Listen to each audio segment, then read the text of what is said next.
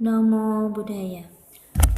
Baik, pada hari ini anak didik Miss Dwi akan kembali belajar pendidikan agama Buddha dengan judul Kisah Perumpamaan Rumah yang Terbakar. Nah, kisah rumah yang terbakar ini terdapat di dalam Sadharma Pundarika Sutra.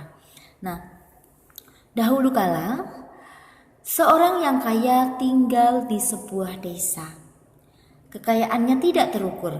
Ia memiliki banyak ladang padi, rumah, dan pelayan. Rumahnya begitu besar. Akan tetapi hanya memiliki satu pintu keluar. Di dalam rumah itu tinggal ratusan orang. Gedungnya telah rusak, pagar dan dindingnya telah rapuh, dasar dari tiang rumahnya telah lapuk, dan balok serta kuda-kuda atapnya bengkok dan goyah. Tiba-tiba saja timbul kebakaran dan segera menyebar ke seluruh penjuru rumah. Dalam rumah ini juga tinggal banyak anak dari orang kaya tersebut.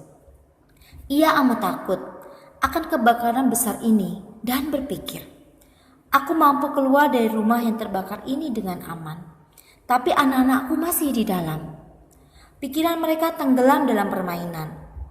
Mereka tidak mengetahui api sedang menuju ke arah mereka. Mereka tidak takut atau khawatir. Mereka tidak mengetahui apa itu kebakaran. Rumah ini hanya memiliki satu pintu gerbang.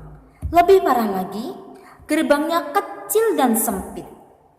Mereka terikat kepada tempat di mana mereka sedang bermain. Mereka bisa terbakar. Aku sebaiknya memberitahu mereka akan bahaya ini. Mereka harus keluar secepatnya agar tidak mati terbakar. Cepatlah keluar, ia memperingatkan mereka dengan kata-kata yang penuh kasih. Akan tetapi mereka terlalu larut dalam bermain hingga tidak mendengar kata-kata ayahnya. Mereka tidak ingin keluar. Mereka berlarian dengan gembiranya. Mereka hanya melirik kepada ayahnya sesekali. Jika mereka dan aku tidak segera keluar, kita akan terbakar. Aku harus menyelamatkan mereka dari bahaya ini dengan suatu cara upaya. Ia berkata kepada anak-anaknya, mainan yang kalian inginkan ada di luar pintu pagar. Ada pedati domba, pedati rusa, dan pedati kerbau. Kalian bisa bermain-main dengannya. Cepatlah keluar dari rumah yang terbakar ini, segera. Anak-anak itu segera berlarian keluar dari rumah yang terbakar ini, saling mendorong-dorong satu sama lainnya karena masing-masing ingin menjadi yang pertama untuk bisa keluar. Orang kaya yang melihat mereka semua telah keluar dengan selamat menjadi lega dan menari penuh kegembiraan. Mereka berkata kepada ayahnya, "Ayah, berikan kepada kami mainan itu.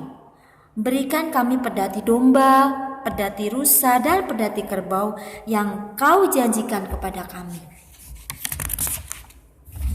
Kemudian orang kaya tersebut memberi mereka masing-masing sebuah pedati sesuai keinginan mereka yang sama ukurannya. Kepada masing-masing anaknya, karena kekayaannya begitu tak terukur hingga semua toko-tokonya dipenuhi segala jenis harta karun. Anak-anak tersebut naik ke atas pedati pemberian ayahnya dan bergembira karena mereka belum pernah naik pedati seperti ini dan tidak pernah mengira akan menerima hadiah yang sedemikian mewahnya. Nah, jadi dari perumpamaan ini kita akan mengetahui sebenarnya maksud dari kisah rumah yang terbakar ini apa? Nah, jadi rumah yang terbakar melambangkan bahwa dunia ini masih dipenuhi dengan berbagai penderitaan. Akibat kelahiran, usia tua, sakit, kematian, cemas, derita, kegelapan batin, dan kekotoran batin itu sendiri. Jadi dunia kita ini masih diliputi berbagai macam penderitaan. Nah, kemudian anak-anak ini melambangkan orang-orang yang masa bodoh, gak mau tahu, tidak menyadari bahwa usia tua, sakit dan kematian ini akan mendatangi setiap orang, akan dialami oleh setiap orang. Mereka tenggelam dalam penderitaan-penderitaan ini Segenap makhluk hidup bergembira dan bersenang-senang, tidak sadar, tidak mau, tidak mengerti, tidak ingat, dan tidak takut, dan tidak bosan. Mereka terus mencari kebebasan, mencari kesenangan-kesenangan. Kemudian kebakaran, melambangkan bahwa usia tua, sakit, dan kematian datang sama rata kepada semua orang, baik itu orang kaya, orang miskin, orang bijak, maupun orang yang kurang bijak. Semua pasti akan mengalami yang namanya usia tua, sakit, dan kematian. Kemudian satu-satunya pintu gerbang yang sempit melambangkan bahwa keselamatan bukanlah hal yang mudah dicapai. Jadi ketika mengalami kebakaran, keselamatan itu sangat susah untuk dicapai. Jarang sekali orang yang bisa selamat dari adanya kebakaran, terutama kebakaran dari penderitaan batin kita ini. Biasa kita masih diliputi dengan kesenangan-kesenangan, kita tidak mengingat bahwa diri kita pun akan bisa menjadi tua, sakit, dan nantinya akan mengalami kematian. Kemudian anak-anak yang berlarian keluar melambangkan bahwa kita harusnya berusaha sendiri, bernaung pada kemampuan sempurna, kekuatan, dan usaha kita yang tidak terbatas. Jadi ketika kita ingin bahagia, kita sendiri yang harus bertindak, kita sendiri yang harus berusaha bagaimana supaya kita terus berbahagia. Bagaimana kita bisa terhindar dari penderitaan itu sendiri. Kemudian kendaraan, melambangkan jalan yang dipilih agar mencapai pembebasan.